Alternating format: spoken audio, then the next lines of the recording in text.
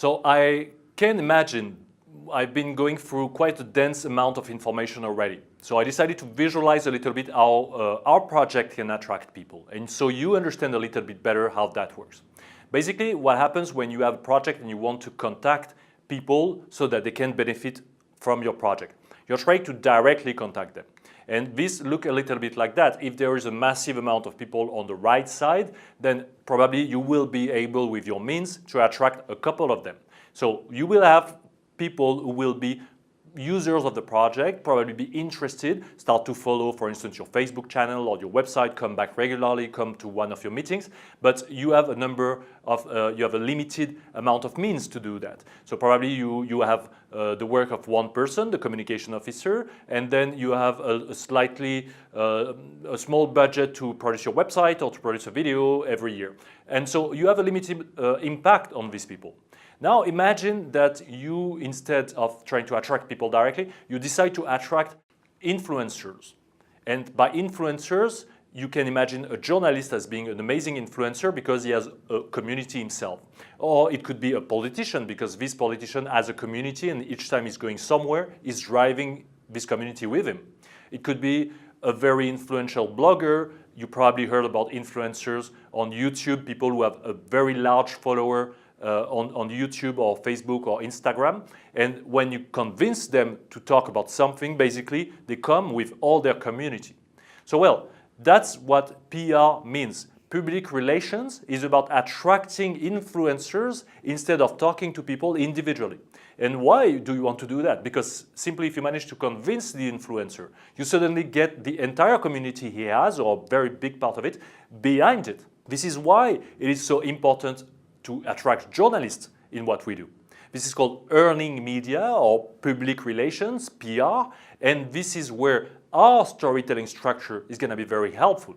We are not trying to talk individually to people because, as I said, this requires an amazing amount of skills and also an amazing amount of means.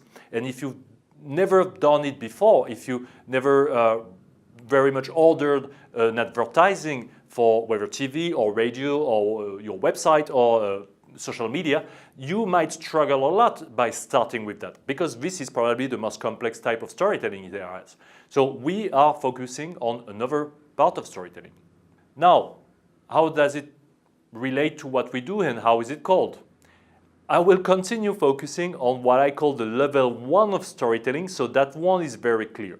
And you will see once again how deep it goes. So when we go on to the level 2 of storytelling, which is the one I really want you to understand and follow with me and practice in this module, you will have a perfect clarity of mind. So let's go on to the level 1 of storytelling. Level 1 is the type of stories we've been talking about before, the commercials, the dramatic triangle, and they rely on two things. I think it's interesting to dig a little bit into that because it's fascinating to me and probably it will be fascinating to you. The first part of a great narrative, a great story, is that it provokes what we call a narrative transportation. Narrative transportation means you're basically projected into another universe and you don't question that universe. No matter the universe we are using, it is credible. You feel it can exist, it has rules, and you feel good with that. And the second big part of a narrative is called emotional gravity, or the capacity to mirror what the characters are doing. In fact, your own body and your own brain is suddenly projected and follow the characters' interaction. You empathize with them, you understand what they mean, and this is the second huge part of a great narrative. So illustrated, what does it mean? Well, Star Wars on the left, total narrative transportation. When you're watching Star Wars, you don't suddenly stop. Lightsabers are impossible physically. Okay, they are impossible physically, but you won't question that because the rules of the universe are perfectly clear. And on the right, you probably have seen Up, the movie from Pixar, and this emotional gravity is amazing because you're probably touched emotionally by all the characters, but I cried when I saw the grandfather losing his wife. This guy is a mountain of pixels in a 3D environment built by an animator on a computer, but still you have a total emotional empathy for that guy losing his wife. There is no other better storyteller to tell the story of how we make stories than this guy, and you will see why. Because he basically wrote 3 or 4 of the best sellers of Pixar, the most amazing movies like WALL-E, and is now explaining on the stage of TED what makes a great story. A tourist is backpacking through the Highlands of Scotland, and he stops at a pub to get a drink, and the only people in there is a bartender and an old man nursing a beer, and he orders a pint, and they sit in silence for a while, and suddenly the old man turns to him and goes, "You see this bar? I built this bar with my bare hands, found the finest wood in the county, gave it more love and care than my own child, but do they call me McGregor the bar builder? No." Points out the window. "You see that stone wall out there? I built that stone wall with my bare hands, found every stone, placed them just so through the rain and the cold, but do they call me McGregor the stone wall builder? No." Points out the other window. "You see that pier on the lake out there? I built that pier with my bare hands, drove the pilings against the tide of the sand, plank by plank, but do they call me McGregor the pier builder? No. But you fuck one goat."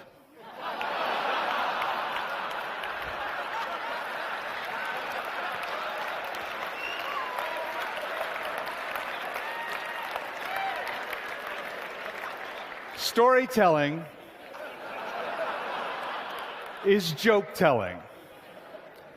It's knowing your punchline, your ending, knowing that everything you're saying from the first sentence to the last is leading to a singular goal, and ideally confirming some truth that deepens our understandings of who we are as human beings. We all love stories. We're born for them. Stories affirm who we are. We all want affirmations that our lives have meaning. And nothing does a greater affirmation than when we connect through stories. It can cross the barriers of time, past, present, and future, and allow us to experience the similarities between ourselves and through others, real and imagined. The children's television host, Mr. Rogers, always carried in his wallet a quote from a social worker that said, "Frankly, there isn't anyone you couldn't learn to love once you've heard their story." And the way I like to interpret that is probably the most greatest story commandment, which is make me care. Please, emotionally, intellectually, aesthetically, just make me care. We all know what it's like to not care.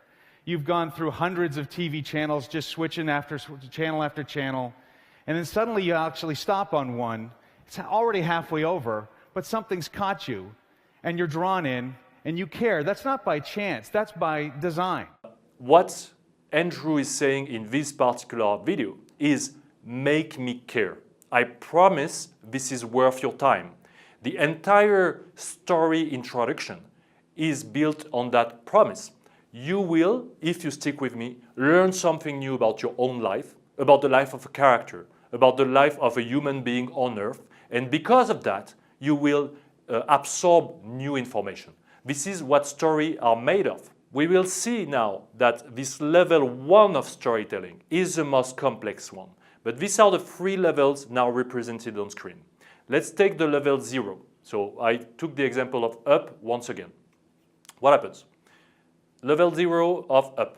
An old couple lives in a house in a big city. They dream of traveling the world. Year passes, the wife gets sick and dies without having the chance to accomplish their common dream. The husband decides to travel the world to honor her memory. And by doing that, will face a number of challenges and adventures. This is the level 0 of the story. This is what happens in real life. It could be made for Pixar, as we saw now. It's written by a scriptwriter, but it could happen in real life. Then what you get, level 1 of storytelling. Well, the level 1 is what we've just seen with Andrew telling how a story is made.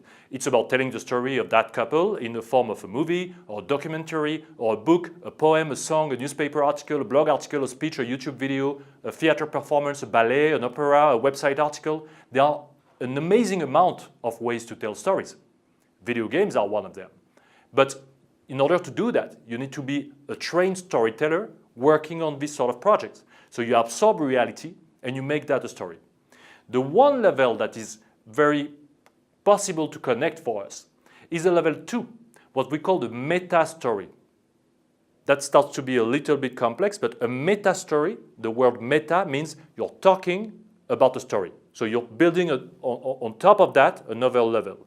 And that means for us telling the story of what happened during the project. We want to attract the attention of storytellers, people who are very good in the level 1, so that these people can come up and write an article, make a documentary movie, write a book about it, write a song. And the only way for us to attract these people is to pass our message telling the story of what happened with our project, why it was existing in the first place, and how exciting it was in less than 2 minutes.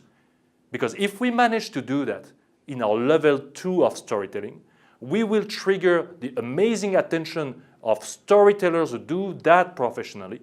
And as you can imagine, triggering one documentary filmmaker might mean 200,000 viewers at the time. Or if you're triggering an article from a journalist, that might mean millions of readers at a time. Because these people have practiced and honed their craft during years to build stories. If we attract their attention, we gain a massive amount of public relation, of PR, of earned media, which is the job we have to do as communication officers. So let's continue digging into creating level 2 storytelling.